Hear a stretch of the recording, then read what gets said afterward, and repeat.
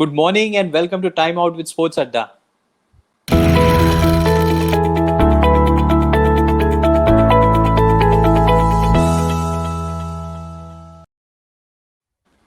Morning Arun, welcome. As you see, I'm already wearing yellow to welcome you back. Chennai wins and Williamson scores like a breezy 30. So happy days. Couldn't have asked for more, could I? The perfect day if ever there was one. Like you said, Chennai winning quite convincingly yesterday night, and Hmm. was good to see Williamson, play that. He's been pigeonholed or stereotyped as, a 120, 130 player. But look at what he batted, how well he batted yesterday. It was really, really entertaining, and I was so delighted. I'm glad. That's something which it looks like pleasing cricket to your eyes. You can just see that he's intelligently maneuvering the bowler to places that he wants to score runs off. But Hmm. one-sided game yesterday, a little disappointing. Hyderabad are not been able to match up to the expectations that everyone have. Of course, they've suffered with Bhuvaneshwar and Natarajan not being there. But 171, I think a little lesser than what they would have wanted. I think 20 below par. I definitely think 20 below par. Nothing nothing wrong with the surface. I just think uh, they lacked enough aggression at the top. I mean, it was a very unusual innings from David Warner and Manish Pandey. Yes, there was that century partnership, but where was the intent? You could see David Warner's frustration.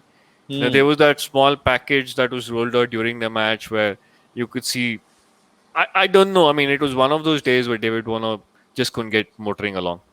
And like this is a pattern we've seen for this is the second time we saw Rishabh not been able to break away that day when he was Hmm. chasing and like get to the total. Usually with the punt, you know that he can chase anything down. But Hmm. with him struggling, Warner struggling, this is a different type of challenge I think the batsmen are facing. So Hmm. you're right. I mean, Warner seemed frustrated. He was hitting his pad with his bat a couple of Hmm. times. Hmm. And I remember I was watching, he was some for 50 or 50 balls and the Hmm. commentator said that three sixes and he can just get away and the strike rate will look differently. He hit Hmm. one six, but then he couldn't carry on yesterday. Yeah. So, I mean, 57 or 55 last night, just the three fours and two sixes. That's not the Warner we know. hmm, Manish Pandey batted beautifully, yes, but they look, the fact that Manish Pandey batted beautifully tells you that there was nothing wrong with the conditions. It was just that uh, I think Chennai bowled well to him, and yeah, Warner was not just feeling the middle of his bat. It was just one of yeah, those days. yeah. Having Chennai said that, is, if you look at Chennai's chase, before you jump in, I've got to say, uh, you know, it was so, for a purist, the way Ruturaj Gaikwad batted was so pleasing to the eye.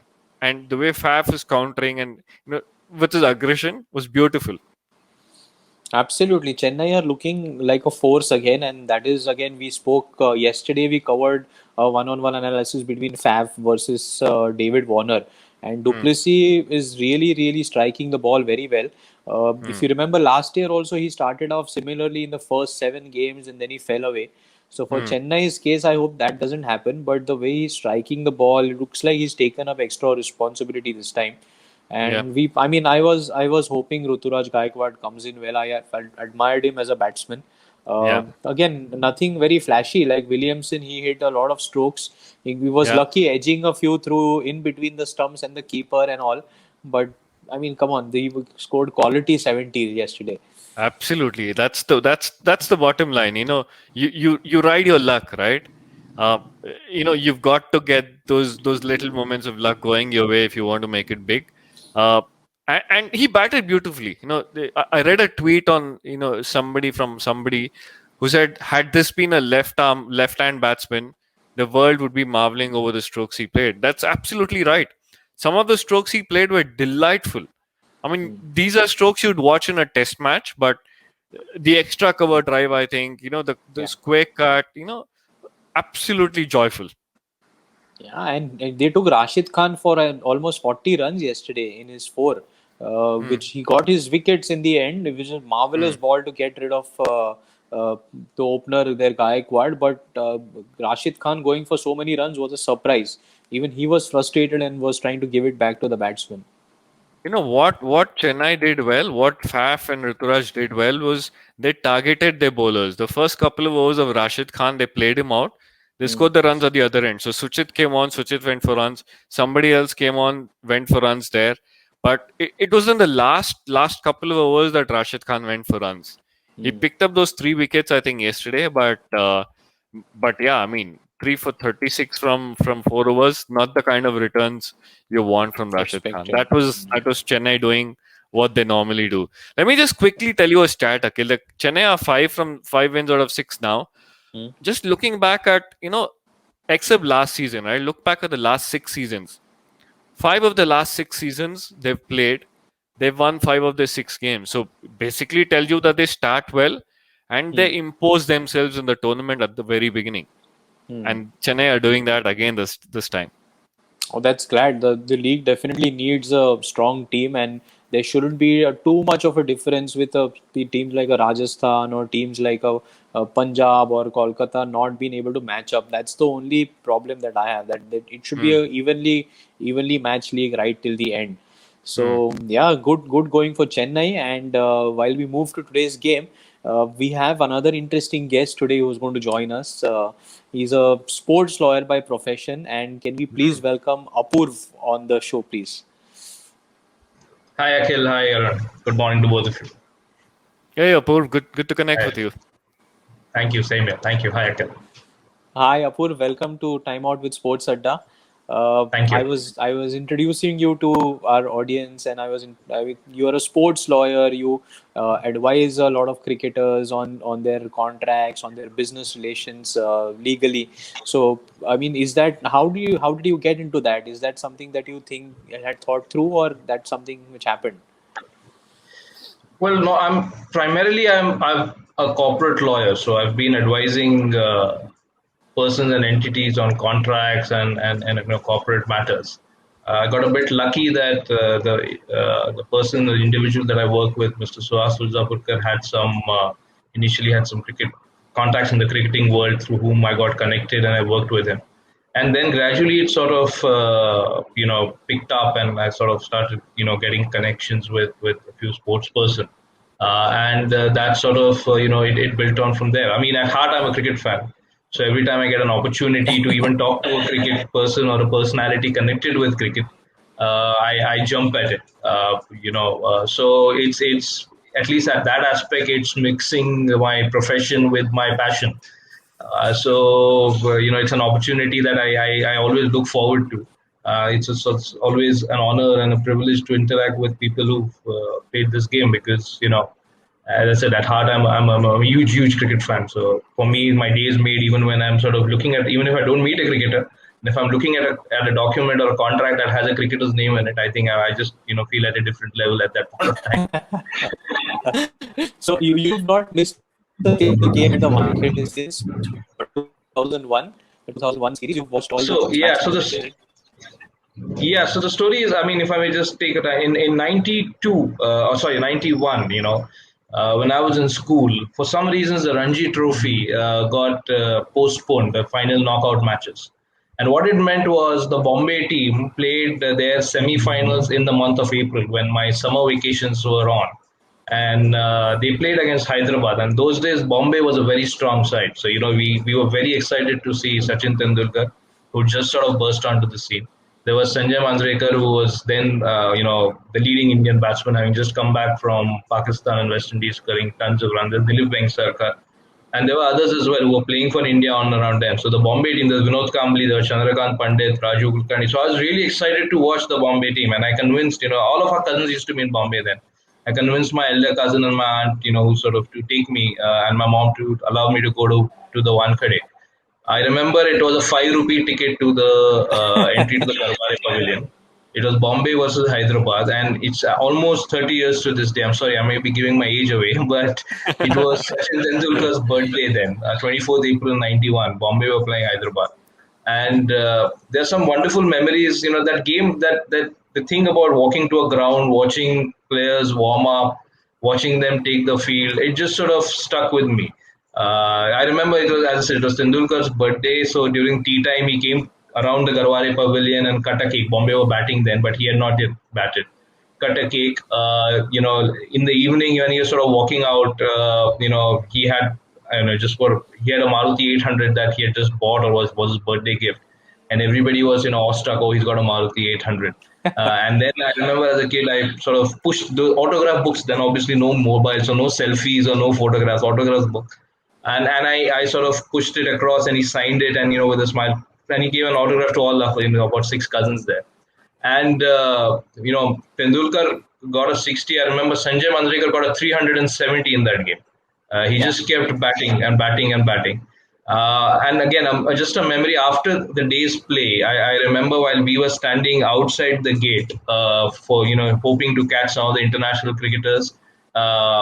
He sort of, Sanjay Manjrekar, who was an Indian star then, walked off with his kit outside the gate, signed a few autographs, waved to a yellow taxi to stop, the black and yellow taxi, and climbed into it and probably went home or went to his hotel.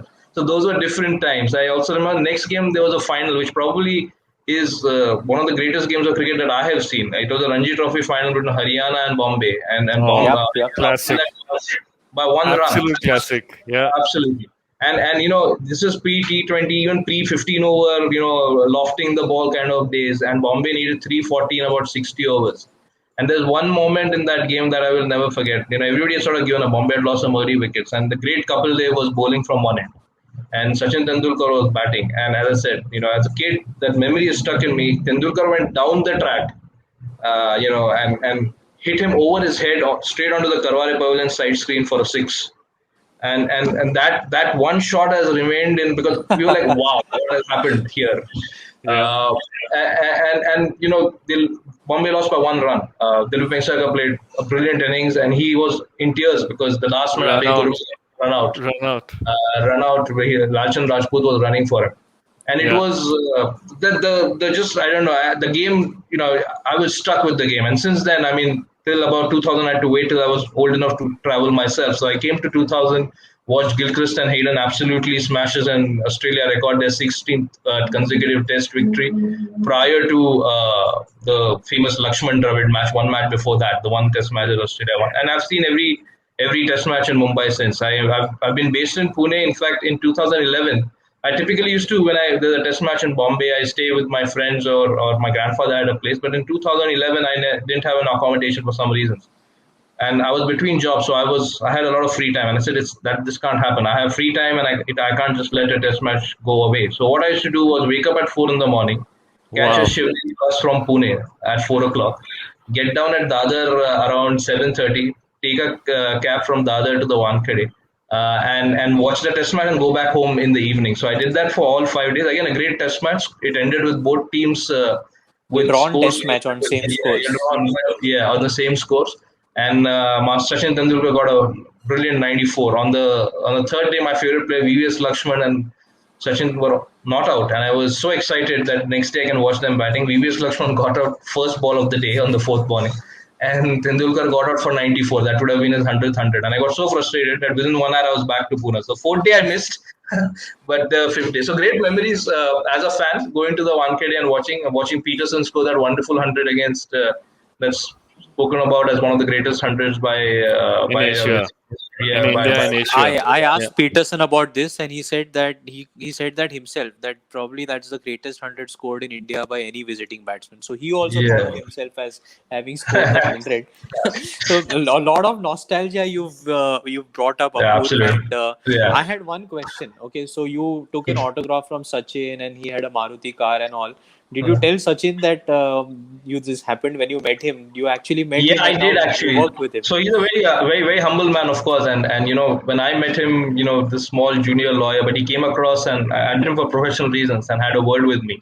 And I said to him, you may not remember, that. And I was under the impression that someone had gifted him that car. So I said, someone had gifted, and he just smiled and said, no, someone had not gifted me. I had actually bought it myself. So very, very humble and very, very simple guy. He sort of asked me that, and that again, that day I traveled from Pune to Mumbai, and the word is that Sachin sometimes likes to drive his car around between Mumbai and Pune. So he sort of just very humbly said, how is the road between Mumbai and Pune? It was raining quite a lot.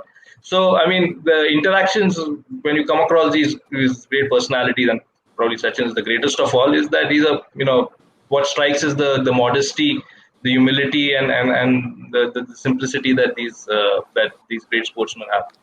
And that sticks with you, doesn't it? That just sticks with you.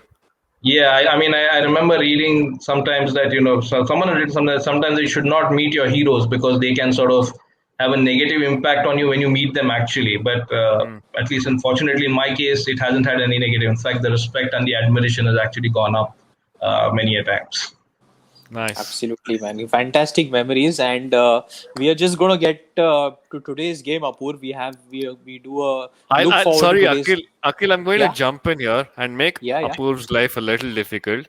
I'm giving you 30 seconds, Akhil. Apurv, if you were at Sachin's last test, can you tell me what was your experience? What were you going through when Sachin was leaving the field or reading that speech? Like 30 seconds to sum it up. Yeah. So the speech was. I was in tears when the speech came in. Look, I think I, I've within I've 30 got it. seconds, I'll just say that I thought Sachin is a part of our life. So when he played his first game and when he scored all those runs, I was in school. When he became captain, I just passed out of school. When he started his sort of second innings post captaincy, I was entering college. When he had that great year in 2009, I was starting, in my legal profession.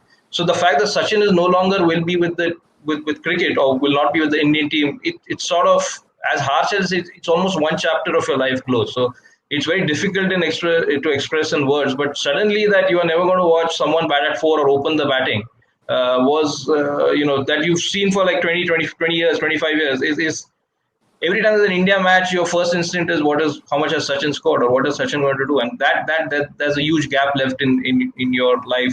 I mean, it might sound a bit strong and hard, but that's it. There's a huge gap that can never be filled. I mean, still watch cricket, still great players around, but that's just for someone growing up in that time period. It's a gap that cannot be replaced by anyone. Wow. It's difficult to express that to anybody who's not been of that generation. You know, that magic feeling which you got when he was batting, and I mean it's a different thing. We had a special guest coming on Sachin's birthday also, Apur, on the show, and he had a different take about how he grew up, and so it's a different magic altogether with Yeah, Tendulkar. absolutely. Hmm. Anyways, so we Acha, have a today's bumper match, game Akhil. Yeah, coming today up double today. header. Double header today in between the week again, very unusual. Mumbai versus Rajasthan. Arun, any interesting matchups, any interesting stats there that we can have? Hey, the first thing I want to say is, I mean, like it's Kolkata, like it's Mumbai for Kolkata. Uh, Hmm? it, it seems to be Rajasthan for Mumbai. I've got some head-to-head numbers for the last few years, last 3 years. Which team has won the most games against Mumbai in the last since 2018? Rajasthan are leading with 5 wins out of 6 against Mumbai. Like, who would have imagined a team like Rajasthan would have won 5 games out of 6 against Mumbai, considering the fact that Mumbai won the title in 2019 and 2020, right? So the years where they were champions, Rajasthan seems to have done well, and that kind of caught me by surprise. Very interesting. Why anything, Apur? Why do you think Rajasthan are like being able to topple the champions?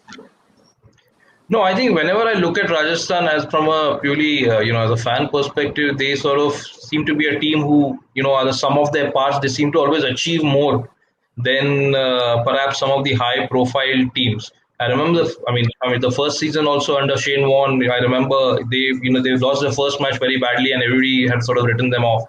And then they've always seemed to produce these players. It was Yusuf Pathan there and Swapnil Asnodkar and Siddharth Trivedi. Now there's Riyan Parag. There's and while they seem to have Tewatia. Tewatia. Tewatia last year was a story for everyone in life. I was there sort of saying, "Ye kya kar raha hai, yaar?" when he was struggling in that game against Kings 11 Punjab, and then he took 30 runs in 1 over. So never give up. I think that's probably their mantra. They, That's they, the thing is, Apur, it's no longer never give up. The yeah, phrase is do a tevatya. they would do whatever. Yeah, absolutely. And Nice. it was a Sunday evening, and I was thinking, what is this guy doing? Why have they sent him? And just suddenly change. And that seems to be their mantra. Even this year, they've sort of lost Ben Stokes. They've been hit by Jofra Archer not coming, but you don't see them complaining much. They seem to be carrying on. They obviously some of the results are not gone their way, but I'm pretty sure because of the way they conduct, even in fact some of their backroom staff and all, they are not very high profile. They don't seem to be in the news for appointing X or Y as coach or consultant, but they always seem to be. Although they have Kumar Sangakkara this year, they always seem to be there and there, and I'm sure they will be this year as well. One of the reasons I think that Rajasthan have done well is because I think their batsmen who were there, they used to enjoy the conditions at Wankhede. So out of the matches that they've won, a lot of matches I think came at Wankhede where Joss Butler and Ajinkya were opening the innings, and I think both of them got them off to good starts because the wicket at Wankhede was good. And I remember a couple of good innings where Alzari Joseph and those were the bowlers that Mumbai had, Mitch McClenaghan. So I think the pitch at Wankhede suited Rajasthan better. So that's how they've got these successes. So interesting stat. Like, is that also including? Yeah, that will be including for UAE and Dubai also last year, right? Correct. Yeah. Since 18. So 18, 19, 20. Three editions of the league. You mentioned Butler, Akhil. That's the Sorry, if one I may name. I'm sorry, Arun. I'm sorry. Just to one moment of Mumbai v Rajasthan that I always remember is Rahul Aditya Dravid Tari getting angry. hitting, Shane Watson for a youth six qualifying, and then for the only time or first time, apart from this, Indira Nagar ka Gunda who had seeing Rahul Dravid get angry and throw his. Yeah, so that's a memory between the two, the contest that I have Absolutely. memory. But, Who can forget that? Who can forget the visual of Dravid throwing his cap in the yeah, dugout? yeah. Yeah, So, that game actually there was a lot of confusion if Mumbai had actually achieved it or not because nobody knew what the target was and what the over number was because there was a wide ball in between or there was a no ball in between, I think, and it kind of confused everybody saying have they achieved it or not. And I have to credit one of the crew members from South Africa. Her name is Ross. She works in the broadcast crew, and she's been a scorer, statistician, but she's on to many other things now. And she's the one who actually apparently told everybody in the crew that Rajasthan still have Mumbai still have a chance if they can get a boundary. And I think Tare was it, right? Tare who got yeah, that let's boundary, yeah. and yeah, Aditya Tare got that boundary, and the confirmation came from Ross saying Mumbai still have an opportunity, much to Rahul Dravid's, Yeah. Disgust. dismay. Yeah, yeah. But yeah, that's the thing. You mentioned Josh Butler, Akhil. I'm disappointed. He'll be disappointed with what he's done so far in the competition. And the problem is not just the runs, but if you look at the dismissals, first match was bowled, second match was caught of an inside edge, third match was bowled, fourth match was bowled, and the fifth match was LBW. So there seems to be a pattern, a struggle against incoming deliveries. Now I'm a little surprised that somebody as good as Butler hasn't kind of figured this or fixed this quickly. If Rajasthan need to compete well, compete better, they need him to start fix that and score runs quickly. Yeah, he's been a match winner. He's not really set the game on fire for a while now. So he'll be a little disappointed in this because there's a T20 World Cup also coming up later in the year, and England, if England have to do well, he is the core for them. So yeah, Butler needs to find a way to get runs for his team. Mm-hmm. Uh, yeah, I mean unless you're done, unless you got anything else, can we move to the next game? There's one more game later in Yes, the day, right? That's Delhi there's a Kolkata. big game coming up again. Yeah. Delhi coming off a close loss, and Kolkata really, I mean, they've won their last game also. Interesting matchups. Rishabh Pant couldn't finish off the game last time. He'll be looking to come back and come back with a bang now. Any changes to those lineups primarily you look at? I'm not sure they're looking at any change, Akhil, because they were quite good in the last game. Delhi, I'm talking about, were quite good in the last game. Uh, it- you cannot make up for Ashwin, can you? No chance. Ashwin's a big name, but you cannot make up for him. And I think what they've got in the 11 did the job fairly well. There were a few tactical blunders, captaincy mistakes. I won't call it mistakes. Rishabh Pant's a young captain, so that kind of cost him the game. But I think he'll only get better with more games as captain. So I'm expecting Delhi will stick to the same team. The one thing I'm really impressed about Akhil and Apurv is looking at Avesh Khan develop, right? And I bring up Avesh Khan because this tournament seems to be about India's uncapped pacer setting the tournament on fire. There's the Harshal Patel Yeah. who's got the purple cap, but then Yeah. look at the rest of the pack in terms of India's uncapped bowlers. There's Avesh Khan, there's Chetan Sakaria who's done well. Hmm. There's many other guys, Harshal. and Harshal at the top, obviously. Yeah, so that's something that I've really enjoyed. Yeah. Why do you think, Apurv? Is it because people are like enjoying bowling now? They're practicing a lot more, and the teams are making a lot more effort to maybe get Indian quick bowlers into the foray.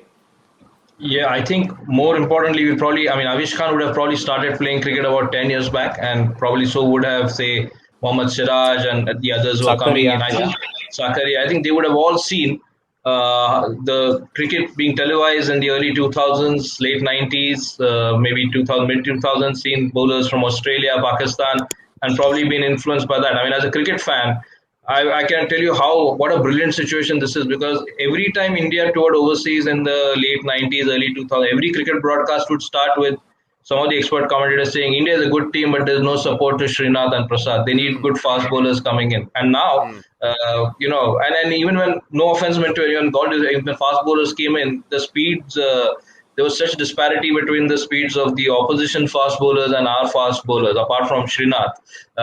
You used to always, as a fan, yearn for that fast bowler, yearn for someone who clocked above 140, or, and when Zahir Khan first burst in, we were so happy. Then, of course, his speed went down a little bit. When Munaf Patel came in, we thought, here is our tear away quick. When Srisan came And in, now we have an so now army. there's army. I mean, there's so many of them. So as a fan, it's only great news. I mean, to see Prasad Krishnan make his debut against England and bowl at the speeds that he did, and make Bairstow and Butler rush through their shots. As a fan, I mean, this is just great news. I mean, even I mean, Bumrah and Shami probably are lead fast bowlers with Ishan, but I think we've got a great stock, and I think it probably is due to fast bowlers watching fast bowlers from when they were growing up and wanting to emulate them. Until a couple of days, Akhil and Apur, just until a couple of days ago, Mohammad Siraj actually bowled the fastest ball of the tournament. Like, I mean, he's been surpassed now, but to consider the fact that he had set the benchmark, who would have dreamt of this many years ago? Absolutely. Yeah, very true. I mean, he's bowling a yard quicker and is showing amazing control. I think he's bowling as good as a Bumrah would right now. Yeah. But one thing I would like to look at, Arun, from the Delhi point of view, pace wise, I'd like to see Andre Notke back in the team somehow. They should be able to fit him back. He's been such an impact player for them last year. He'll be gunning to go, and with his pace and the bounce that he generates and the control he gives, I think they'll still get one more attacking option if he gets into the team. But who do you leave out? Do you leave out Steve Smith? And that's They the leave out problem that Steve Smith. They leave out Steve Smith. He's a foreign I player. He's Not I'm exactly not so. cricketing. We're a bit biased here because he's my favorite player. But get Ajinkya Rahane in for Steve Smith and get Norgia in for one of the fast bowlers. There you go. There's a solution that we should probably text Ricky Ponting and say, or post it on Twitter and say, Just my Panda, this is personal, what my personal view. That's it. okay, fantastic. So picks for today evening then. Yeah. So it's Mumbai, Rajasthan. Though the numbers suggest Rajasthan, I think I want Mumbai to win. Delhi, Kolkata. I'm going Delhi. Apurv? Yeah, I mean, always want Mumbai to win, but I think if Rajasthan and Kolkata win, the tournament will really open up. So would be good fun watching it. Oh, good one. That's fun. That's good. Yeah. I'm sticking to Mumbai and Delhi for me tonight. So fantastic. Looking forward to a good game. Thank you so much for your time, Apurv. Thank you for joining us. As usual, It's Arun, been good. good to have you back. And looking forward to come back and see what happens in the game tomorrow. See you again. Yeah. Thank you, Akhil. Thank Been you. great fun. Yeah, really great fun. Thank you, Arun. Thank you so much. Bye. Thank you. Bye.